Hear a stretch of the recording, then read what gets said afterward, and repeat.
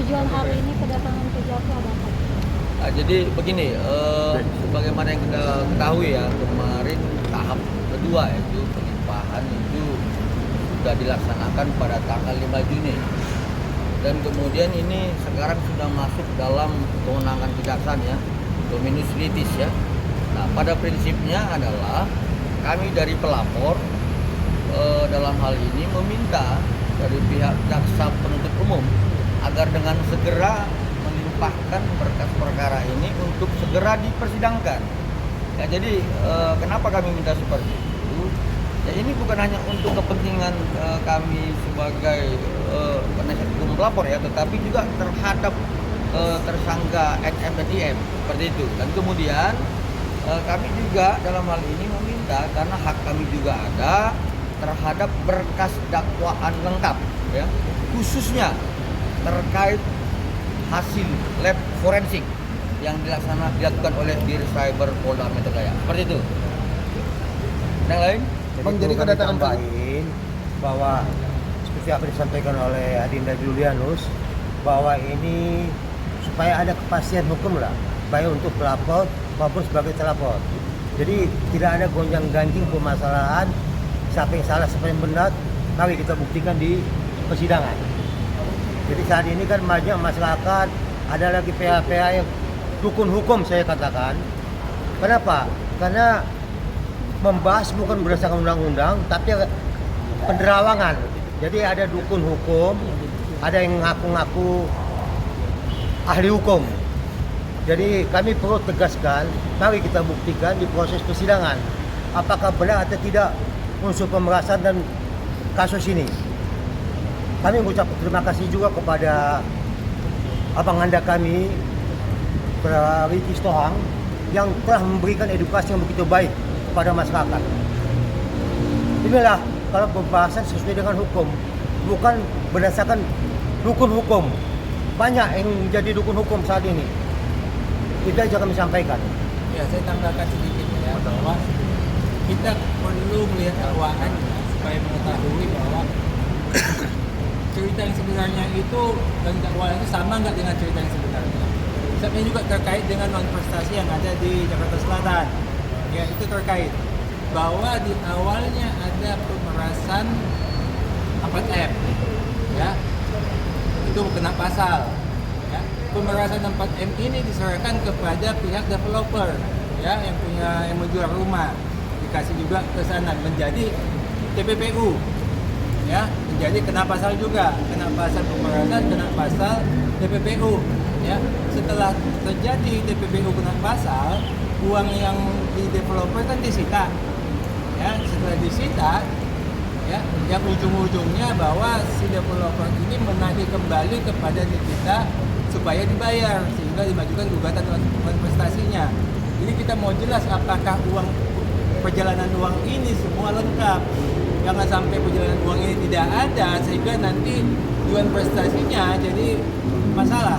Ya, jadi ini fakta sebenarnya harus diungkapkan dalam dakwaan supaya nanti jelas, supaya juga kita juga ini di dalam persidangan prestasi juga jelas semuanya. Ya, itu tujuan kita.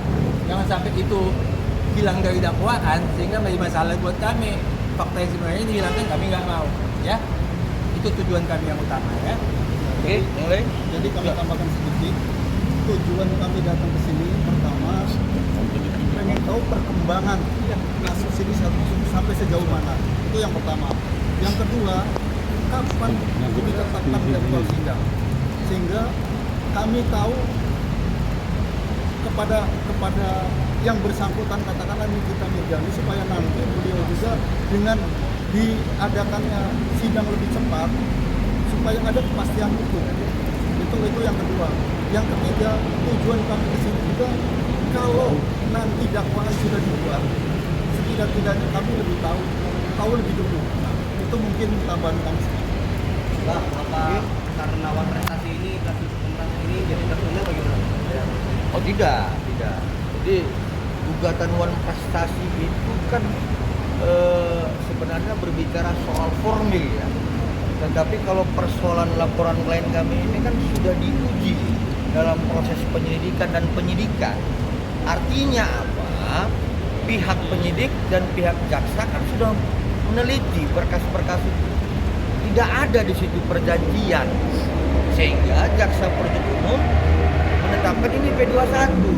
Ya, jadi kembali kepada seperti disampaikan oleh senior saya, ya kalau kami ini kan advokat bukan dukun hukum. Ya, jadi kalau berbicara masalah hukum ada jurisprudensi. Contoh, ya ada kalau nggak salah itu putusan Mahkamah Agung nomor 582 tahun 72. Itu sering digunakan oleh majelis hakim tentang persoalan gugatan wan prestasi.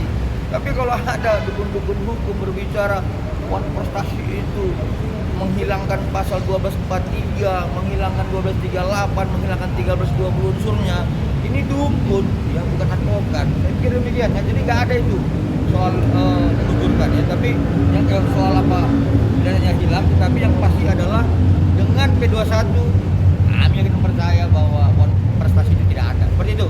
Ya, saya tambahkan bahwa penyitaan uang 4M itu sah karena ada pasal pemerasannya kena pasal, TPPU-nya kena pasal, penyitaannya juga sah.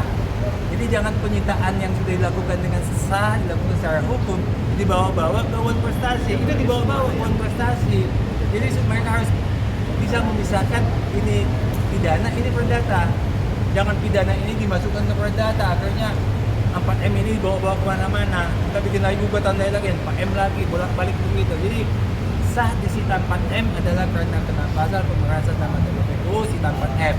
Jadi jangan lagi 4M yang disita ini dibawa-bawa ke wan prestasi, nggak ada kaitannya. Ya, jelas ya? Oke. Bang Julianus, mungkin terkait dengan dua nama yang bisa dibilang itu sekarang masih ngambang nih, gimana nih Bang antara Dr. Rocky dan Dokter? Nah, justru hari ini kan kita juga membuat surat terkait soal dakwaan lengkap agar diberikan kepada kami pelapor. Ya, di situ sudah kita mintakan hasil lab forensik yang dilaksanakan oleh Dir Cyber Polda Metro Jaya. Kita akan pelajari nanti, ya, khususnya terkait handphone milik inisial NM, IM, O, dan S. Kami akan pelajari. Kami yakin dan percaya keterkaitan peristiwa ini ada dalam hasil lab forensik yang dilaksanakan oleh Dir Cyber Polda Metro Jaya. Kami yakin itu ada peristiwa-peristiwanya. Dan salah satunya petunjuk yang kami dapatkan adalah sejak rilis dari Kejaksaan Negeri Jakarta Selatan ada penambahan pasal, yaitu pasal 55 ya. Ya, kami lebih kepada soal ada unsur downplagen di situ. Ya, ada pengarah di situ. Ya, nggak mungkin loh jaksa penuntut umum berani meletakkan pasal 55 kalau tidak ada pengarah dalam persoalan peristiwa pidana ini. Seperti itu. Ini pasal 55 itu pasal yang baru ditetapkan. Itu adalah pasal yang ini kan gini. Jaksa kan punya kewenangan itu. Ya, ketika menelaah mendalami, ya dia meletakkan pasal itu. Kemudian dia menyimpulkan bahwa adanya keikutsertaan pihak lain seperti itu, ya. Oke.